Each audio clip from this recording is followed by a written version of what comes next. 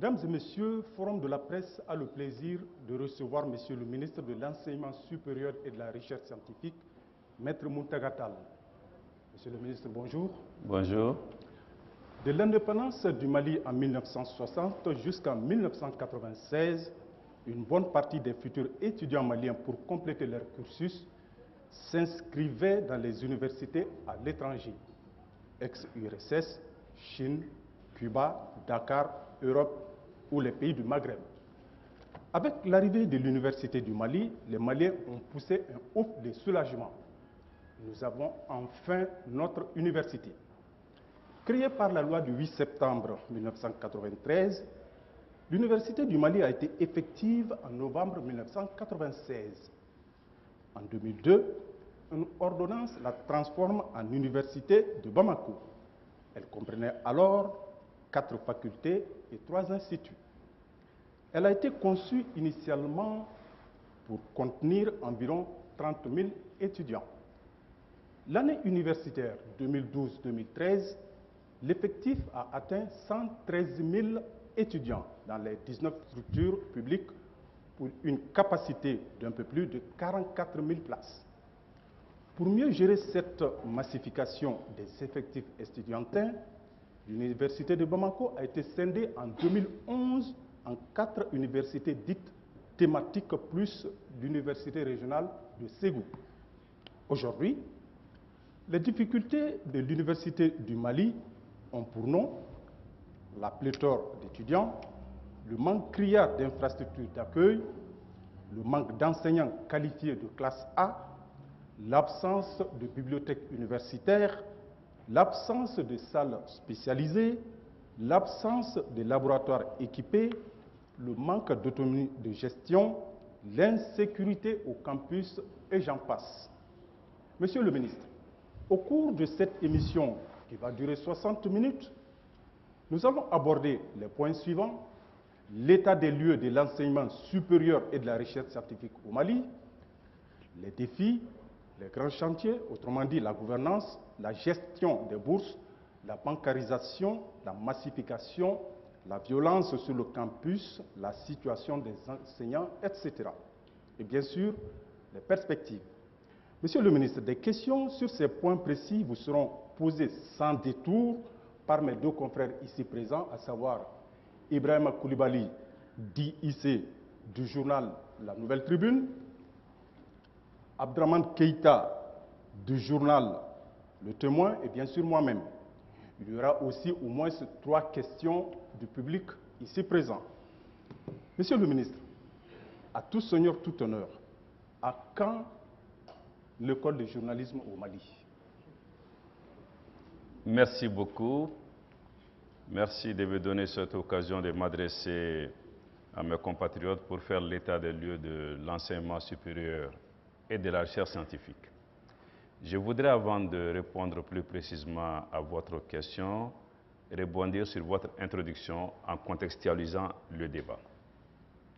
Vous savez, l'enseignement supérieur et la recherche scientifique d'aujourd'hui, c'est le résultat d'un paradigme qui avait cours il n'y a pas si longtemps, qui consistait à dire: concentrons tous nos efforts sur l'enseignement fondamental, le supérieur quasiment ne sert à rien, on peut aller former nos élites ailleurs.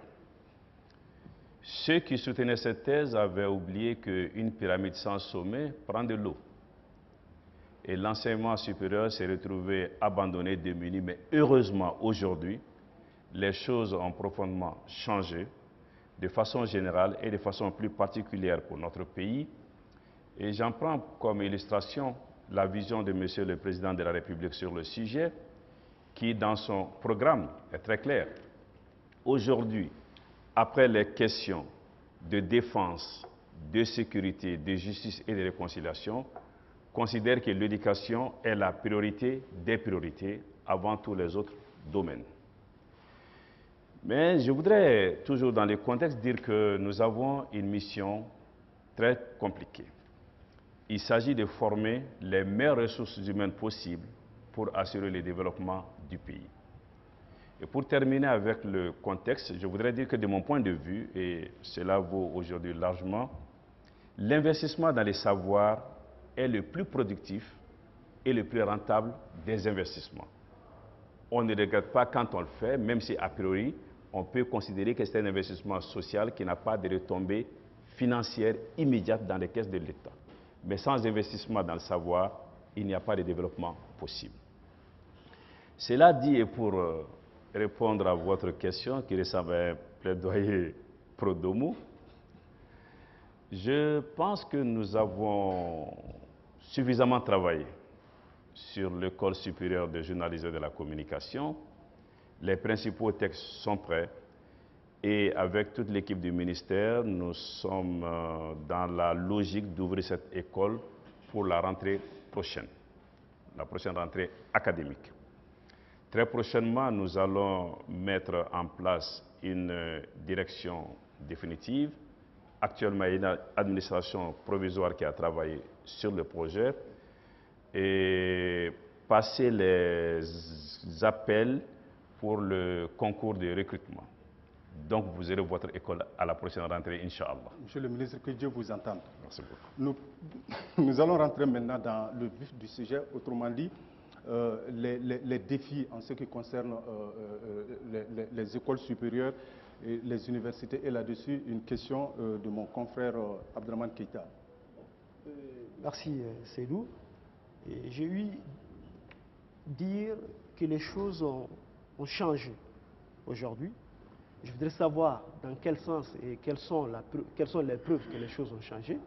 Ensuite, je ne puis, en ayant Maître Tal devant moi, ne pas lui poser la question suivante à celui qui a été particulièrement critique sur l'éducation et l'enseignement au Mali, en lui demandant quelle est la touche particulière qu'il a pu apporter au domaine dont il a la charge du défi aujourd'hui. Merci. Parler des changements suppose faire l'état des lieux de façon très précise. Vous savez, l'enseignement supérieur vient de loin et de très loin. Il n'y a pas si longtemps, il se conjuguait avec les grèves, la violence, les années tronquées, les années blanches, les fraudes, l'absence des statistiques, etc., etc. Ce que j'ai pu dire aujourd'hui, c'est qu'avec la détermination et l'engagement des différents gouvernements et des différents ministres qui m'ont précédé, avec le concours des recteurs, des directeurs, des syndicats et du personnel d'encadrement, du personnel administratif, on essaie d'aller vers la stabilisation, la normalisation, mieux. On essaie de tirer l'enseignement supérieur du Mali vers le haut. L'existence, c'est aujourd'hui 5 universités, 3 grandes écoles, 4 instituts, parce que nous venons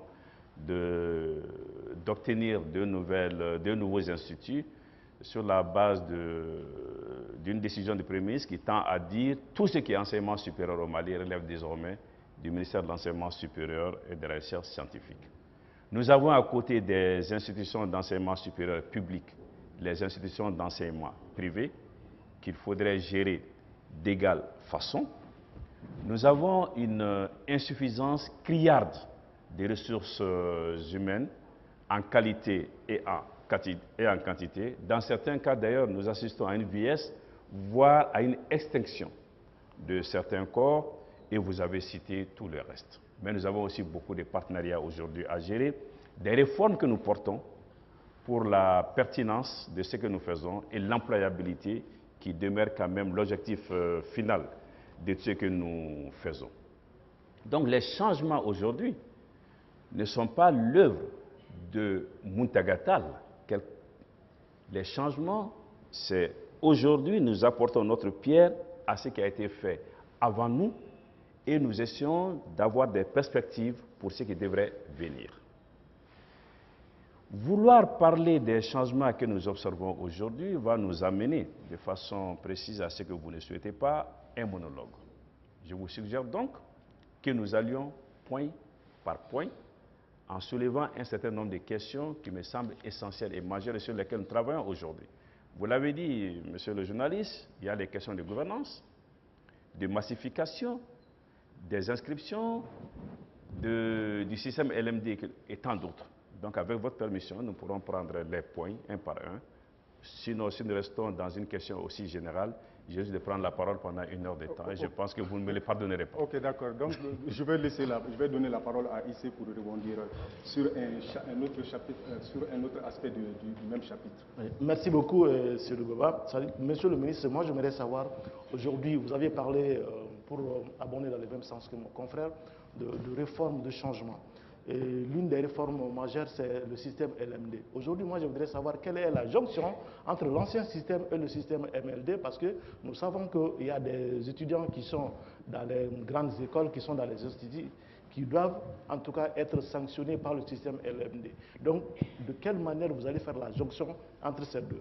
Première question. Deuxième question, vous voulez poser des questions très techniques. Aujourd'hui, le problème d'enseignement, c'est vous qui l'avez dit, il y a un manque d'enseignants en quantité et en qualité. Quelle politique avez-vous mis en place pour que dans 3 ou 4 ans, le Mali puisse avoir des enseignants de qualité et en quantité? Le système LMD, c'est pour nous le choix de l'universalité. Aujourd'hui, c'est un système qui est universellement appliqué et le Mali ne pouvait pas rester à la traîne. Il nous fallait basculer dans ce système, nonobstant les difficultés. Mais il y a bien évidemment une période transitoire. Ceux qui sont dans le LMD à 100% étaient en première année, donc en première année, et ils vont continuer. Mais ils ont trouvé d'autres qui étaient dans les circuits. Il faut les accompagner jusqu'à ce qu'ils sortent. Le LMD, c'est quoi? C'est la souplesse dans la formation, ce qui est important. C'est aussi la diversification des offres de formation que nous avons, et puis ça facilite les équivalences et les migrations. Donc c'est tout bénéfice pour l'ensemble du système universitaire de notre pays. Le second problème que vous posez renvoie à la question enseignante, qui est la clé de voûte du système. Oui, c'est vrai que nous avons des enseignants en nombre insuffisant, mais nous sommes dans un programme de recrutement. L'année dernière, nous avons pu recruter effectivement environ 110 nouveaux enseignants, alors même que nous cherchions 300. Mais nous avons eu des problèmes sur les candidatures et sur les qualifications. Cette année, nous sommes dans une logique de recrutement de 487 enseignants, environ 500, ce qui est un signal politique très clair et un engagement budgétaire tout aussi clair de l'État. Nous devons continuer dans cette lancée, parce qu'aujourd'hui, l'enseignement supérieur a besoin d'environ 3000 enseignants pour être à niveau. Donc le processus va se continuer. Mais aujourd'hui, quel est le ratio enseignant-étudiant, professeur-étudiant? Bon, ces ratios sont suffisamment élevés. Si on prend les standards nationaux, nous devons être au-dessus d'environ de 1 à 4. C'est-à-dire que nous sommes très loin des standards internationaux. Mais ce n'est pas ce recrutement que nous pourrons y arriver. Mais il ne s'agit pas de recruter. Il s'agit aussi d'accompagner. Il y en a quelques-uns qui sont dans les systèmes aujourd'hui qu'il faudrait porter plus haut. Nous avons là un programme de formation des formateurs qui nous permet d'accompagner ceux qui veulent avancer dans la carrière enseignante. Mais la question enseignante, c'est aussi la reconnaissance du mérite. Dire à ceux qui ont rendu d'éminents services à l'État que l'État leur est reconnaissant. C'est pour cette raison que nous travaillons aujourd'hui sur les palmes académiques, sur l'éméritat, sur l'honorariat. Et enfin, il y a eu un protocole d'accord entre l'État et les syndicats, appliqué quasiment à plus de 90-95% aujourd'hui, de façon à ce que les enseignants puissent être à l'aise et aussi de façon à ce que ceux qui veulent venir enseigner se disent que l'enseignant n'est plus un paria. Monsieur le ministre, à propos de la massification, on sait que le nombre d'étudiants a explosé de la création de l'Université du Mali jusqu'à nos jours. On se retrouve avec plus de 100 000 pour une capacité d'environ 44 000 ou peut-être 50 000 places. Monsieur le ministre, qu'est-ce qu'il y a lieu de faire pour éviter ce que, le jargon couramment utilisé au niveau du campus pour qu'il n'y ait pas ce qu'on a appelé les Maliens de l'extérieur et les Maliens de l'extérieur pour prendre les cours. Bien. Vous savez, la massification, pour la résumer aujourd'hui, je dirais que ce sont des insomnies pour l'ensemble des responsables de l'enseignement supérieur, mais aussi une opportunité à saisir. Dire qu'il y a une massification dans l'absolu est presque une hérésie. C'est vrai que nous n'avons pas les capacités d'accueil et d'encadrement pour le nombre d'étudiants que nous avons aujourd'hui et qui s'accroît de façon exponentielle. Cette année, nous recevons un peu moins de 20 000 bacheliers sur 137 000 candidats au bac. Si nous suivons la progression, dans 4 ans, nous aurons doublé nos effectifs. Mais pour quelle structure? Mais au-delà, un pays comme le Mali, qui aujourd'hui a environ 16-17 millions d'habitants, 100 000 étudiants, c'est ridicule. Donc voilà le paradoxe et le défi à relever. Maintenant, au-delà des difficultés, il faut faire de cette massification, de cette gestion des flux, une opportunité à saisir et permettre au plus grand nombre de se former. Comment? Il faut aujourd'hui, à côté de l'enseignement présentiel, où les étudiants viennent prendre des cours, aller hardiment vers les enseignements en ligne, qui ne sont pas moins valorisants que l'enseignement présentiel. Il s'agira pour chaque étudiant de décider de venir prendre les cours sur place ou de les prendre via Internet. Mais cela ne se décrète pas. Autant pour le présentiel, il faut des infrastructures physiques, autant pour les cours en ligne, il faut des infrastructures numériques. Une bonne bande passante. Il faudrait que nous parvenions non seulement à tirer la fibre optique sur nos sites universitaires, mais aussi à faire en sorte que tous ces sites soient interconnectés, de façon à ce qu'il y ait un partage. Mais dans ce domaine, nous travaillons aussi beaucoup avec les partenaires. Je reviens d'une conférence de la francophonie où nous voulons mettre en place un métaportail commun à l'ensemble des pays de la francophonie pour partager nos cours, nos expériences et nos défis. D'ailleurs, c'est le Mali qui va recevoir la prochaine réunion. Les 54 ministres de la francophonie seront présents à Bamako ici au mois de janvier prochain, Inch'Allah, ce qui va permettre à chaque étudiant, pour chaque cours, d'avoir 10-20 cours qu'il a, il choisit le meilleur et puis il avance. Voilà donc quelques réponses que nous pouvons avoir pour cette question de massification qui est réelle. Oui, on parle beaucoup de Kabbalah par rapport à cette question. Kabbalah, c'est une grande prouesse. Ça va être peut-être le plus grand pôle universitaire de la sous-région quand on l'aura achevé. La première phase sera reçue en novembre, Inch'Allah. Pour ce qui concerne les résidences universitaires, dans un mois ou deux, le CENU aura déménagé à Kabbalah, mais disons, Kabbalah est déjà dépassé. Kabbalah est déjà dépassé, donc il faut aller vers la phase 2 de Kabbalah le plus rapidement possible pour essayer de rattraper le retard. Okay. Monsieur le ministre, à quoi bon, monsieur le ministre, a insisté sur la formation en masse d'étudiants s'ils vont souffrir sur le marché de l'emploi faute de niveau, par exemple. Par ailleurs, et malgré les problèmes d'enseignants, vous ambitionnez quand même, notamment dans la DPG, la Déclaration de politique générale, de créer de nouvelles universités. Comment allez-vous, en créant de nouvelles universités, notamment à Tombouctou, Sikasso et je ne sais où encore, combler ce manque, ce déficit d'enseignants? Tout à l'heure, j'ai parlé de la pertinence de l'enseignement supérieur et de l'employabilité. Voici deux sujets majeurs pour nous. Ce que nous devons faire doit correspondre à ce dont nous avons besoin. Et le produit qui sort de nos universités doit pouvoir être recherché, non pas être rejeté pour d'autres compétences, pour d'autres ressources venant d'ailleurs. Cela passe par un certain nombre d'équations à résoudre. Parmi ces équations, il y a la qualité de l'enseignement que nous dispensons. C'est vrai que nous avons des entraves objectives. Comment former un excellent produit sans bibliothèque universitaire? Cela vient d'être dit.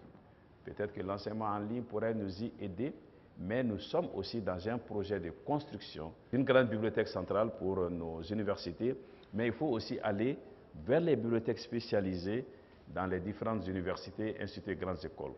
Quelques-uns aujourd'hui en ont, d'autres malheureusement, mais nous sommes en train de discuter, de négocier ferme, de façon à ce qu'ils puissent avoir les ressources pour le faire. Mais nous avons parlé aussi des enseignants de haute qualification. Il y en a de très bons, mais ils sont en nombre insuffisant. Et il faudrait encore une fois en recruter suffisamment et sortir de ce dilemme des heures supplémentaires, de ce problème des vacataires qui sont là en grand nombre. Nous y travaillons également. Donc, et puis, il faut concevoir des enseignements dont les produits sont recherchés sur la place. Nous avons par exemple l'Institut des sciences appliquées. Nous avons l'UIT. Ceux qui sortent de ces écoles sont attendus à la fin et ils sont immédiatement prêts. Il faut que aussi nous comprenions, que nous acceptions que tous les Maliens ne peuvent pas être des professeurs agrégés, qu'il y a des formations intermédiaires qui sont très recherchées et que tout le monde n'a pas la même vocation, les mêmes dons intellectuels, et que l'on accepte d'aller dans ces écoles, mais notre responsabilité aussi, c'est de les développer et dans le cadre de nos offres de formation. L'autre aspect de la question d'Abdraman, les universités au niveau de Tombouctou, Gao. Nous avons en projet la construction d'une université au moins dans toutes les capitales régionales. Nous sommes aussi dans la logique de la régionalisation. Mais aujourd'hui, nous sommes sur 3 projets. L'université de Tombouctou, l'université de Sikasso et l'université de Gao. Pourquoi ces choix aujourd'hui? L'université de Tombouctou, pour nous, est un maillon essentiel pour la consolidation de la paix. Il y aura là un creuset où l'élite du Nord et du Sud vont se retrouver au Nord pour en connaître les réalités, pour mieux se connaître et travailler ensemble dans l'avenir. Donc, cette université, qui restera un centre d'éducation, une université réelle, permettra une meilleure connaissance entre les Maliens. L'université de Sikasso correspond à un besoin de satisfaire une autre des priorités de M. le Président de la République, l'agriculture. Vous savez qu'il est prévu un agropole à Sikasso. Donc nous allons y mettre une université à vocation essentiellement agricole, mais pas exclusivement, essentiellement, je dis bien. À côté de l'université de Ségou, qui a à peu près la même vocation, et l'Institut polytechnique rural de Katibougou. L'université de Gao, dans notre acception, devrait être une université sous-régionale. Vous connaissez les problèmes du Sahel aujourd'hui, avec tous les défis communs aux pays du Sahel. Les défis de sécurité, les défis environnementaux et d'autres types de défis. Nous allons essayer d'en faire un centre pour l'ensemble des pays sahéliens. Et c'est là la vocation de cette université. Tout cela est beau, monsieur le ministre, mais en réalité, monsieur le ministre, tout cela est beau, mais en réalité, il ne répond pas à la question. Est-ce que cela ne va pas gréver le problème de ratio? Comment allez-vous sortir les enseignants pour animer ces universités-là? Mais je vous dis que nous sommes en train de recruter les enseignants. J'ai parlé d'une perspective de 5000. Donc, si nous avons ces chiffres, c'est que nous incluons les universités aussi à venir. Mais croyez-moi, Monsieur Keïta, vous n'arriverez jamais à faire de grandes choses sans grandes ambitions. Il nous faut avoir l'ambition. Vous avez parlé des ratios, de sortir des ratios de 1 professeur pour 100, 200 étudiants, c'est pas trop. Il faut que nous sortions de cela. Il faudrait que nous fassions en sorte que dans l'aménagement du territoire, chacun ait un égal accès au savoir et à l'université. Donc, régionaliser les universités va dans l'air du temps, est un impératif si aujourd'hui nous voulons la qualité et la quantité que nous voulons pour notre enseignement supérieur et notre recherche scientifique. Okay. Concernant le même chapitre, Monsieur le ministre, nous allons évoluer en allant vers la violence, par exemple, sur le campus, qui est un phénomène nouveau chez nous. Là-dessus, une question de Oui, la violence, pour moi, elle est consécutive à cette massification parce qu'aujourd'hui, vu le plus grand nombre d'étudiants dans les campus universitaires, ça pose un certain nombre de problèmes. D'abord, il y a la gestion des bourses. Aujourd'hui, pour parler avec la bouche de l'homme de la rue, aujourd'hui, monsieur le ministre, la bancarisation des bourses est une véritable mafia. Parce que non seulement beaucoup de gens disent que le nombre de boursiers n'est pas maîtrisé, on ne connaît pas effectivement le nombre de boursiers, donc la gestion des bourses est un problème, ça c'est un. De deux, et aujourd'hui, dans la pratique, selon certains étudiants, le système de brochures continue dans les facultés. Il faut que les enseignants, les étudiants payent des brochures pour pouvoir avoir des notes dans certaines matières. C'est devenu un système de chantage pour certains professeurs. Quand tu ne payes pas leurs brochures, tu n'as pas la moyenne. Je ne sais pas si vous êtes au courant parce que c'est des trucs qui nous reviennent. Deuxième problème. Troisième problème, monsieur le ministre, aujourd'hui, comment est géré le campus universitaire? Il y a le système des œuvres universitaires qui est là, qui gère un certain nombre. Mais est-ce que le CNU gère tous les aspects du campus universitaire? Parce qu'à un moment donné, les comités AEM et le CNU se battaient, en tout cas, pour la gestion des parkings, des restaurants et de certains autres aspects. Monsieur le ministre, toujours lié à la massification, aujourd'hui, vous voulez créer des universités dans beaucoup de régions. Est-ce que vous avez fait le bilan des premières universités créées dans les régions? Par exemple, à l'université de Ségou. Il nous revient qu'il y a eu des malversations financières et il y a eu même des arrestations. Donc, est-ce qu'aujourd'hui, vous avez pris des précautions? Les enseignants, ils connaissent bien la pédagogie, c'est des gens qui ont la méthode, mais la gestion financière, est-ce que ça ne crée pas de problème? Parce qu'aujourd'hui, certaines facultés sont plus importantes en termes de ressources financières que certains départements. Merci. Beaucoup de questions. On va essayer d'y répondre.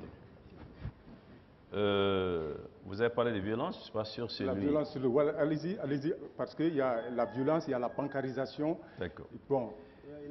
La violence, la violence est consécutive à ces aspects-là. Ok, d'accord. Non. La violence, il faut que nous soyons très clairs. J'ai des instructions précises de M. le Président de la République et de M. le Premier ministre. Pas de violence dans l'espace universitaire, selon une expression consacrée, tolérance zéro. Nous n'accepterons pas la violence dans l'espace universitaire et nous n'hésiterons pas à prendre les mesures les plus extrêmes contre ceux qui s'adonneront à de tels actes. J'ai réuni l'ensemble des recteurs et des directeurs et j'ai été très clair avec eux. C'est d'abord leur responsabilité de gérer ces questions et de faire en sorte que celui qui pose un acte de violence dans l'espace universitaire en soit exclu et définitivement. Vous parlez de la bancarisation qui entraîne une mafia. La bancarisation va supprimer la mafia. Et là, je vais parler aussi des inscriptions en ligne. Qu'est-ce qui s'est passé?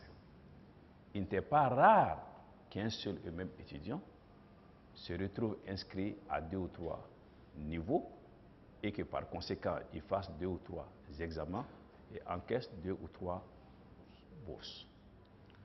Aujourd'hui, avec l'inscription en ligne, il serait absolument impossible pour un étudiant de s'inscrire 2 fois. La machine bloque. À partir de ce moment, il y a une incidence directe sur la perception des bourses. Et la bancarisation, comme les inscriptions en ligne, c'est d'abord le confort des étudiants. Il fallait voir les conditions dans lesquelles ils venaient s'inscrire. Faire la queue à partir de 2 heures du matin, les bagarres, les actes de corruption pour passer en premier et quelquefois la forclusion pour ceux qui ne venaient pas tôt. Donc aujourd'hui, et pour percevoir les bourses, il fallait voir également l'agence Ecobank qui est au pied de la colline, où sous la pluie ou sous le soleil, on voyait des queues interminables pour cela. Aujourd'hui, chaque étudiant aura sa carte. La plupart l'ont déjà, ceux qui ne l'ont pas sont attendus. Ils vont dans un distributeur, ils mettent la carte, ils prennent leur bourse et leur trousseau. Monsieur le ministre, pourquoi seulement une seule banque? parce qu'il y a eu un appel à candidature et une banque a été élue. Voilà pourquoi il y a une banque. Au moment où on paye les factures d'eau, d'électricité dans toutes les banques avec des trucs, pourquoi ne pas permettre aux étudiants de pouvoir toucher leur bourse à Ségou, partout où ils se trouvent, dans toutes les banques? Peut-être que nous y arriverons, mais pour l'instant, la dispersion n'est pas gage d'efficacité. Nous cherchons aujourd'hui l'efficacité. Nous cherchons à sortir de la mafia. Nous cherchons à mettre en place un système transparent et efficace. Bien. Maintenant, tout cela mis ensemble, chaque étudiant pourrait avoir donc sa bourse en dehors des files d'attente. Mais nous constatons encore qu'il y a des retards, ce qui peut entraîner des mouvements. Mais les mouvements ne sont pas la violence. Et nous voulons sortir de cela aussi en faisant en sorte, et en travaillant avec les banques ou la banque, faire en sorte que chaque étudiant puisse percevoir sa bourse le 25 du mois. C'est possible et dans l'année à venir, nous l'appliquerons. Il faut savoir que les bourses soient payées à date échue. Mais si cela est fait à l'intérieur du Mali, il faudrait réfléchir sur ce que nous pouvons faire pour nos boursiers qui sont à l'extérieur du Mali. Mais sur la question des bourses, je voudrais dire une chose qui est importante. Pour nous, c'est la transparence et la traçabilité totale, aussi bien pour les allocations de bourses à l'intérieur que pour ceux qui prétendent à des bourses à l'étranger. Aucun moyen de passer à travers les mailles du filet. Nous avons mis en place un système que les 20 000 nouveaux bacheliers peuvent contrôler. Ce que nous faisons est sur tous les sites internet et sur l'ensemble des réseaux sociaux du Mali. Et chacun peut venir dire, vous avez triché, vous avez mis tel à ma place réelle est là. Mais allons-y au bout de la réflexion sur les bourses et les boursiers. Aujourd'hui, tous ceux qui passent au bac ont pour ambition principale d'aller étudier à l'étranger. Il en est ainsi depuis que l'enseignement supérieur existe dans notre pays. Mais la puissance coloniale avait intérêt à ce que notre élite aille étudier chez elle. Mais 50 ans ou 60 années après, n'est-il pas temps que nous fassions en sorte que l'élite soit formée ici, chez nous, dans des conditions matérielles et académiques égales à ce qu'elle va chercher là-bas? Nous engageons la réflexion et j'espère que, peut-être pas avec le ministre qui vous parle, demain après-demain, nous pourrons arriver à cela, ce qui est l'objectif ultime pour moi. Il s'est posé beaucoup de questions. Il y a l'aspect, par exemple, les brochures et puis les professeurs qui font des chantages. Alors, l'enseignement en ligne, c'est la fin des brochures à vendre. C'est la fin des brochures à vendre. Parce que tout cela procède d'une vision globale. Je garde mon cours par des vers mots, c'est parce que le cours est sous format papier et qu'on va... Non, maintenant, le professeur est obligé de mettre ses cours en ligne. Il sera obligé de le faire. Et là, ça ne se vendra pas. Parce que le cours fait partie de ses obligations. Si maintenant il veut vendre quelque chose, il fait un livre, il va l'éditer, il le met en bibliothèque. Ceux qui veulent iront l'acheter. Mais les brochures à vendre, là aussi, nous allons en sortir. La gestion des campus universitaires, c'est le Centre national des œuvres universitaires, le CENU. Il y a encore de l'ordre à mettre dans les campus, parce que avant, l'AEM souhaitait gérer des campus, nous en sommes sortis. Il y a aujourd'hui des problèmes de quotas qu'on nous réclame, nous devrions en sortir et faire en sorte aussi que les cités universitaires soient gérées de façon très transparente. Devraient y loger, qui le méritent, seront des critères qui seront dégagés. Avons-nous fait le bilan des premières universités, notamment une université, vous avez dit celle de Ségou, il y a des malversations et des arrestations. J'aurais eu des problèmes s'il y avait des malversations sans arrestation. Mais puisque la justice a été mise en branle, cela dénote d'une volonté de faire en sorte que la gestion se passe de la meilleure façon. Et là, les choses sont claires entre moi et les directeurs et les recteurs.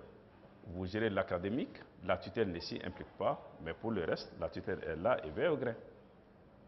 Il a posé pas mal de questions au cours de son intervention et je vais demander à Abdraman d'enchaîner avec la recherche scientifique. Non, pas la recherche scientifique, on revient un peu sur ce qu'il a dit sur la violence un peu là. Et puis bon, au passage, je voulais même demander un peu si la bancarisation est supportée par qui? Par l'État ou bien par l'étudiant? Moi, je suis un profane en la matière, je n'en sais pas quelque chose, les frais inhérents à la bancarisation. Mais ma question essentielle porte sur la violence. Est-ce que votre tolérance zéro, monsieur le ministre, s'applique également aux violences antérieures? Puisque sous la transition, nous avons été témoins de cet étudiant qui a laissé la vie dans la violence à l'école et jusqu'à présent, on n'a pas eu de suite là-dessus. Est-ce que vous suivez l'affaire? Elle est pendante devant la justice. C'est vrai, je ne demande pas si vous vous immiscez, mais est-ce que vous suivez l'affaire? Et par ailleurs, qu'est-ce que vous êtes en train de faire contre la politisation de l'espace scolaire? Puisqu'elle est quelque part aussi à l'origine de cette violence. Bien. Lorsqu'il y a un acte de violence, il y a deux aspects. L'aspect disciplinaire, que nous gérons en tant que ministère de l'enseignement supérieur, que les recteurs, les directeurs gèrent en tant que chef d'établissement. Nous portons plainte et nous transférons l'affaire à la justice. À partir de ce moment, notre rôle est terminé. Mais nous ne laissons pas les affaires sans porter plainte et sur le plan disciplinaire, nous nous assumons pleinement. Est-ce que vous suivez le dossier pour savoir réellement? Puisque je si ne vous ne suivez pas, absolument pas de ce qui se passe au niveau de la justice. Si les ministres, si ceux-là qui ont la charge des étudiants ne suivent pas leur destin, ça ne rassure pas les autres étudiants. Aujourd'hui, les autres étudiants peuvent se dire que nous pouvons laisser la vie dans une violence sans justice. Je n'ai pas dit que le dossier n'est pas suivi judiciairement. Cela est le travail du contentieux du gouvernement.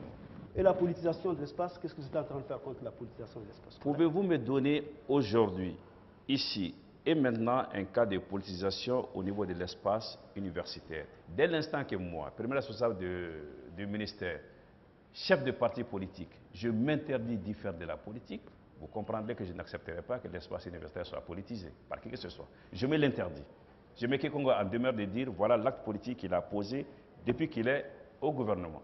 Maintenant, si quelqu'un d'autre le fait, donnez-moi l'information, j'en tirerai les conséquences immédiatement. Ok, Monsieur le ministre, une dernière question, oui, s'il vous plaît. on va évoluer. Monsieur le ministre, s'il vous plaît, Monsieur le ministre, je vais donner un exemple. Ne parlons pas tous à la fois. Non, ce qu'il y a eu comme violence antérieure résulte d'une politisation. Donc, vous devez prendre vraiment des mesures pour éviter au moins la politisation. Okay. On n'attend pas qu'il y ait une politisation pour combattre la politisation. Il y a eu déjà des... Ok, Abdraman, vous avez épuisé votre cas temps. intéressants. Allez-y, très rapidement avant qu'on enchaîne avec la recherche. Moi, j'ai une vision de cette question, parce que là-dessus, je ne partage pas du tout l'avis d'Abdraman. Monsieur le ministre, tout le monde sait quand même que l'université, c'est un espace bouillonnant. Donc, dire politisation et autrement, moi je pense que c'est l'espace indiqué parce que vous-même, monsieur le ministre, si en fouillant un peu votre parcours, vous avez été responsable étudiantin. Donc, on ne peut pas empêcher aux responsables étudiantins de faire des revendications, de faire des mouvements. Moi, je pense qu'il y a les franchises universitaires. C'est vrai que nous sommes tous contre la violence, mais vouloir réprimer, en tout cas certains mouvements dans les franchises universitaires, monsieur le ministre, est-ce que vous ne pensez pas qu'il y a une dose de dictature? Vous comprendrez que, de par le parcours que vous avez indiqué, que je ne serai jamais celui qui va entraver les libertés syndicales et la liberté d'association. Jamais. Au contraire, nous avons aujourd'hui un partenariat fécond et avec les syndicats et avec l'AEM, le tout en collaboration avec les associations de parents d'élèves.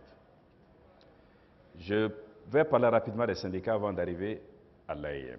Aujourd'hui, avec les syndicats, nous avions, gouvernement du Mali, un protocole d'accord qui est respecté aujourd'hui à la lettre.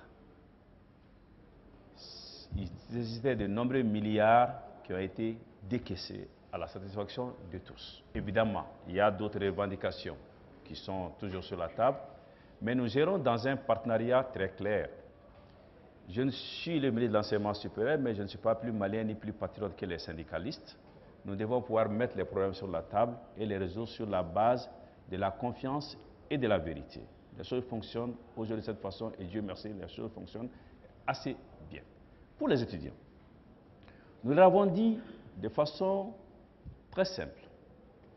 Vous êtes nos enfants, même si vous n'êtes pas des enfants.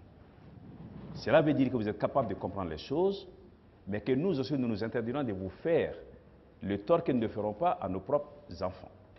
Nous allons vous mettre dans toutes les conditions possibles pour que vous étudiez bien. Mais il faut qu'une chose soit sûre. Vous ne déterminez pas les dates des examens, vous ne les corrigerez pas, vous ne vous immiscerez pas tout cela.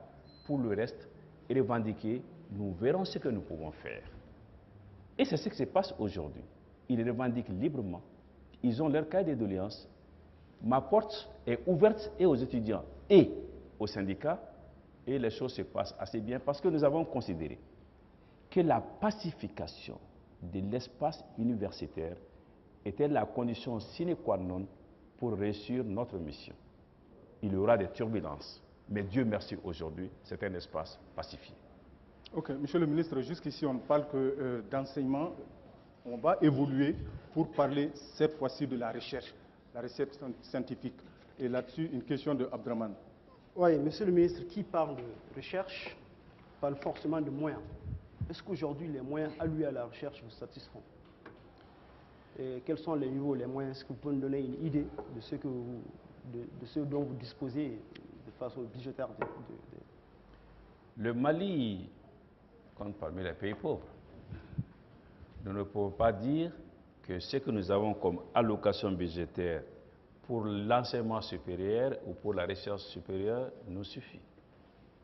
Nous ferons avec ce que nous avons, nous essaierons d'obtenir le meilleur avec le peu que nous avons, c'est de cela qu'il s'agit. Maintenant, en matière de recherche, est-ce que nous avons les moyens de nos ambitions? Pas totalement, mais nous avons ce qu'on appelle le fonds compétitif pour la recherche et l'innovation technologique, l'EFCRIT, qui est abondé à hauteur, je crois, de 2% des recettes fiscales. Mais malheureusement, qui n'avait pas encore été mis en œuvre, nous sommes en train de le faire, de façon à ce que les chercheurs, sur la base de projets, puissent être soutenus. Et quand je parle de chercheurs, il ne s'agit pas des chercheurs du ministère de l'Enseignement supérieur de la science scientifique, il s'agit de l'ensemble des chercheurs du Mali qui, dans leur fonction de chercheurs, relèvent tous de l'enseignement supérieur et de la recherche scientifique. Donc nous avons ce fonds qui nous permet de commencer. Je voudrais dire, de ce point de vue, ensuite, nous sommes en train de préparer un atelier national sur la recherche. Donc il va impliquer l'ensemble des chercheurs de Mali pour dire où est-ce que nous devrons aller et de quelle façon. Cet atelier aura lieu, si je ne m'abuse, au mois de septembre ou plus tard en octobre, et ça nous donnera une boussole, un repère. Mais au-delà, je dois dire que, nonobstant ces difficultés, la recherche au Mali, c'est des résultats extraordinaires en matière agricole, en matière humaine et animale, en matière de sciences humaines. Est-ce que l'on sait que pendant toute la crise Ebola, le Mali n'a envoyé aucune analyse à l'étranger, contrairement à d'autres pays de la sous-région qui envoient tout aux États-Unis, parce que le ministère de l'Enseignement supérieur dispose d'un laboratoire ici qui est capable de faire des analyses et qui les a fait. Pas plus tard qu'il y a 3 semaines, j'ai reçu un de nos éminents chercheurs, porteur d'un projet panafricain, où il y avait 118 projets en compétition. Et ce projet a été retenu parmi 5 ou 6 autres. Et le Mali aussi a pu accéder, lorsque nous avons fait une visite en Afrique du Sud, au fonds EDCTP, abondé à hauteur d'1 milliard de dollars et qui supporte les projets de recherche qui en valent la peine. Voilà donc ce que je puis dire. Mais pour nous, la recherche, c'est la condition sine qua non pour le développement. Dans ce cas, il faut l'orienter vers nos avantages comparatifs.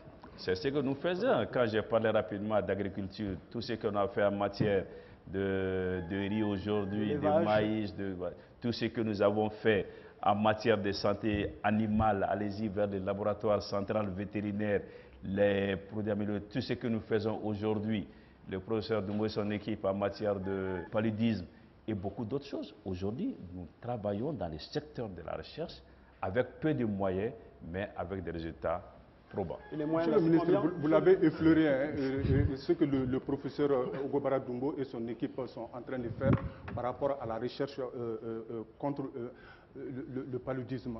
Où est-ce qu'on en est aujourd'hui avec cette recherche sur le vaccin contre le paludisme? Aujourd'hui, il n'y a pas de vaccin contre le paludisme, nulle part au monde. Il y a des recherches qui sont avancées. Notre pays est impliqué dans deux ou trois programmes qui ont fait de grandes avancées, mais aujourd'hui, il n'y a pas de vaccin sur le paludisme.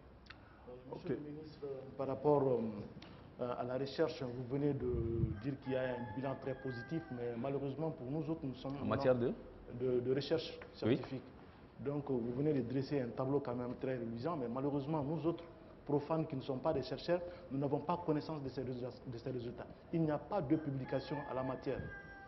Qu'est-ce qui fait ça? Parce que les résultats pour nous, les recherches sont faites pour être publiées après, mais s'il y a des résultats qui ne sont pas vulgarisés, je ne sais pas qu'est-ce qui bloque.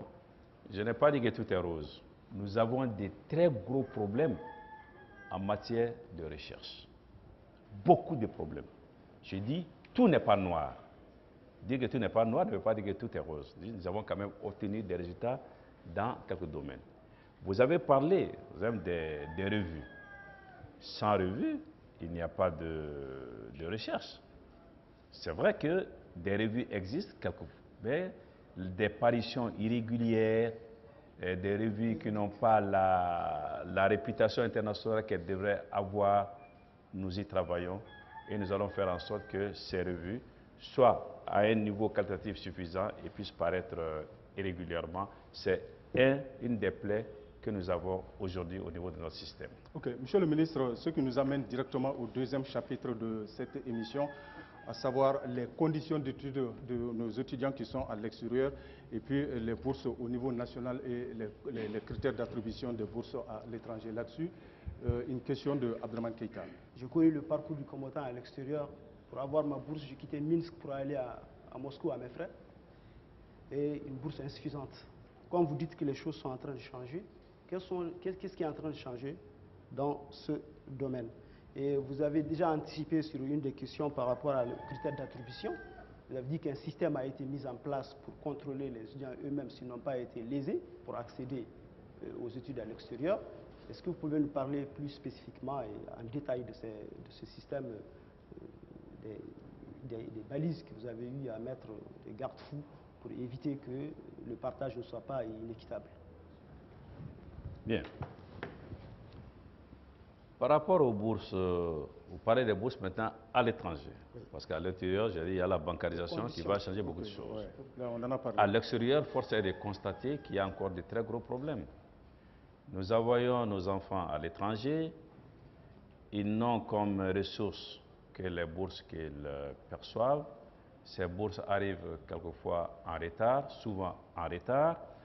Et pire que cela, il y a très souvent des problèmes de change. Le taux officiel dans de nombreux pays n'a rien à voir avec le taux réel ou le taux du marché noir, si bien que les étudiants se retrouvent avec des moyens dérisoires. Ces questions dépassent le seul ministère de l'enseignement supérieur. Nous devons les poser à d'autres niveaux. Nous avons commencé à les faire. Les discussions sont en cours. Mais notre principal objectif aujourd'hui, compte tenu des contraintes budgétaires qui sont réelles, c'est de trouver un mécanisme par lequel les bourses pourront être payées à terme échu à l'étranger. C'est un point important.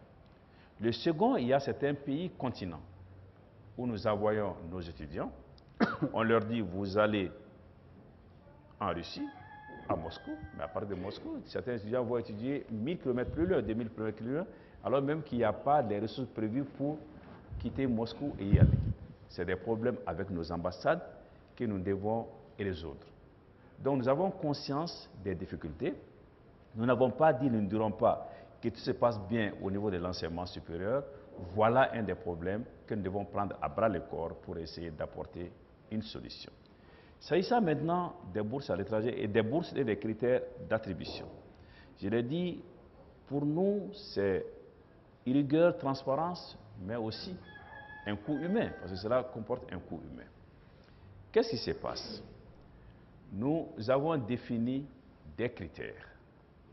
Des critères d'abord éliminatoires. Si tu n'as pas ça, tu n'es pas concerné. Et après, il faut faire le tri entre ceux qui sont concernés. Deux critères éliminatoires. Les bourses, c'est pour les bacheliers de l'année. Donc cette année, juillet 2015, pas 2014 ni 2013. Et il faut avoir au minimum la mention assez bien. Pas la mention passable. Non pas que nous ne voulons pas, mais parce que les pays d'accueil refusent de recevoir les étudiants qui ont la mention passable. Si cela est fait, on fait le tri maintenant entre ceux qui ont assez bien, bien, très bien ou excellent. Ceux qui ont bien, très bien, sont éligibles pour le concours d'excellence. Et selon les filières aussi, il y a les programmes de filières qu'il faut intégrer. Ce concours d'excellence est fait dans des conditions telles que aucun passe-droit n'est possible. Il y a une double correction par des professeurs hautement qualifiés. Et dès qu'il y a un écart de 3 points entre deux copies, on appelle les correcteurs et ils les revoient ensemble. Et tous les étudiants ont accès après à leur feuille pour voir ce qui s'est réellement passé. Donc voilà comment nous sélectionnons les boursiers d'excellence. Mais il faudrait aussi, pour pouvoir le faire, n'avoir jamais eu moins de 14 pendant tout le cycle au lycée. Vous avez 17 au bac, mais en 10e, vous avez une fois 13,92, c'est fini pour vous, vous ne pouvez plus en être. Bon, il y a ces détails qui comptent et les parents peuvent croire que mon enfant est venu avec 16 au bac, il a eu 17 au bac, mais il n'est pas éligible à ces conditions. Après, il y a les pays qui n'acceptent que les mentions bien. Donc, maintenant, les pays qui acceptent les mentions assez bien, bien, maintenant, on les classe.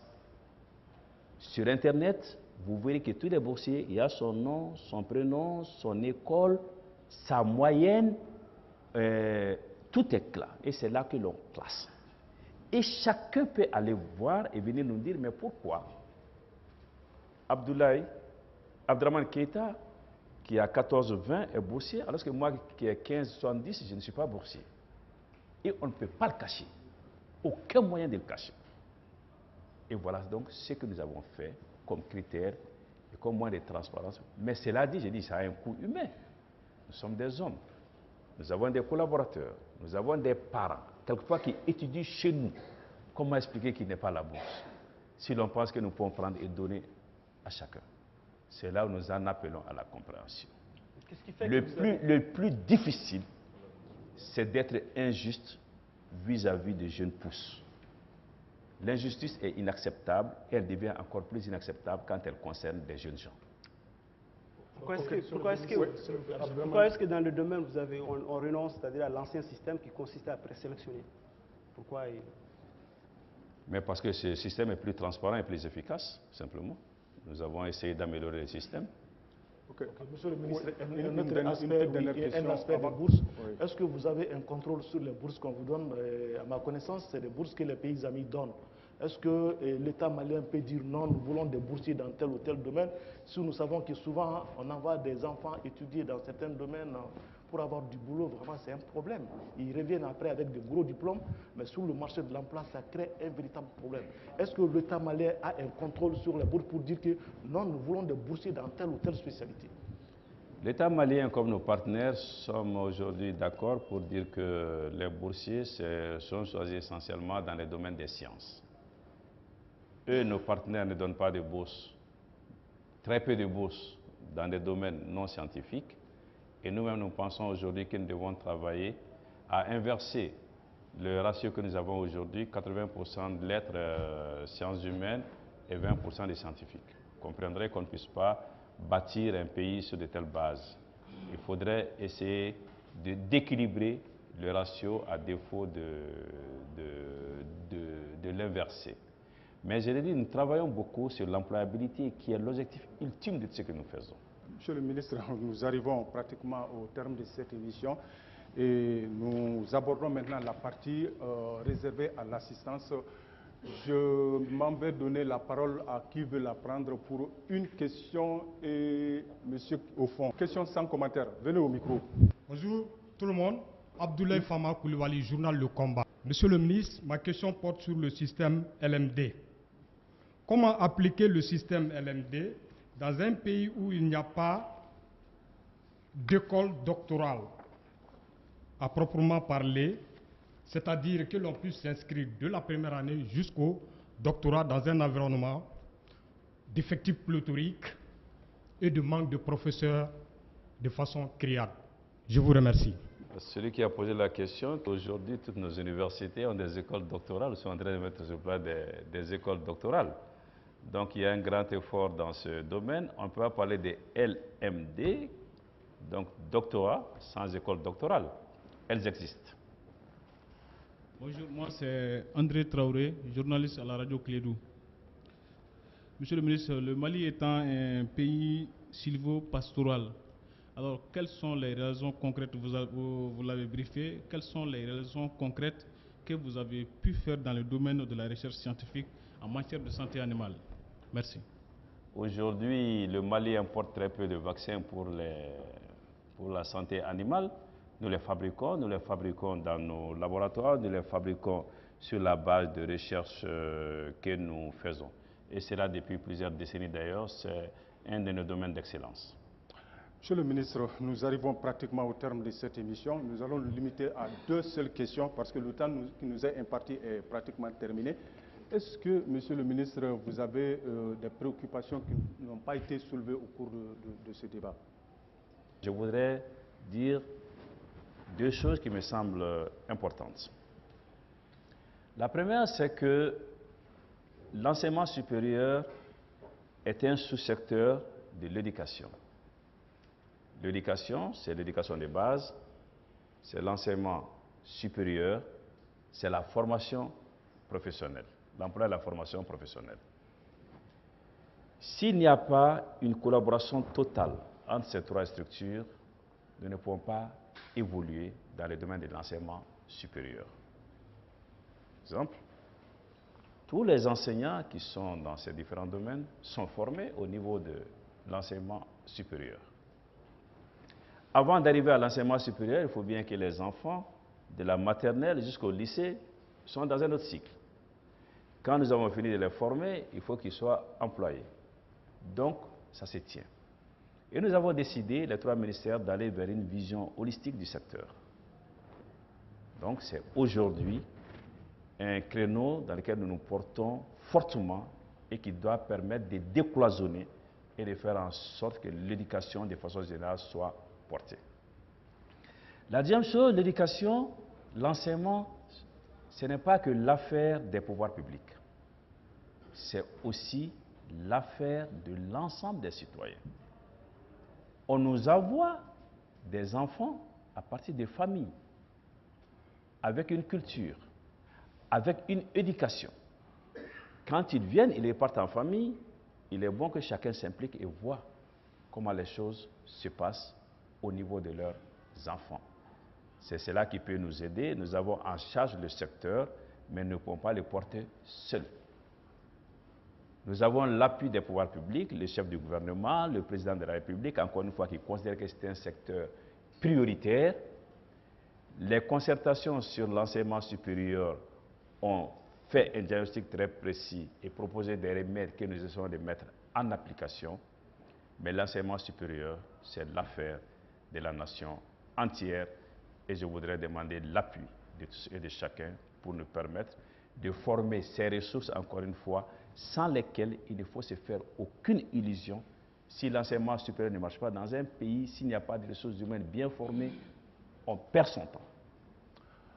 Monsieur le ministre, il ne nous reste plus qu'à vous remercier au nom de mes deux confrères et au nom du Forum de la presse. Nous remerciements à vous aussi, cher public. Nous remerciements encore aux téléspectateurs qui nous suivent présentement, sans oublier bien entendu Balobo Maïga et son équipe. Prochain invité de Forum de la presse, c'est dans 15 jours, Inch'Allah. Au revoir et à très bientôt.